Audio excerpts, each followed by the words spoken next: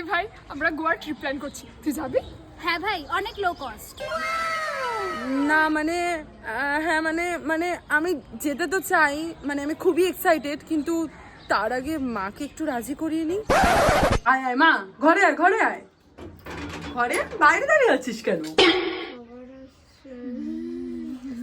মা এনে খা। আমাদের জন্য আবার কেন দিলে?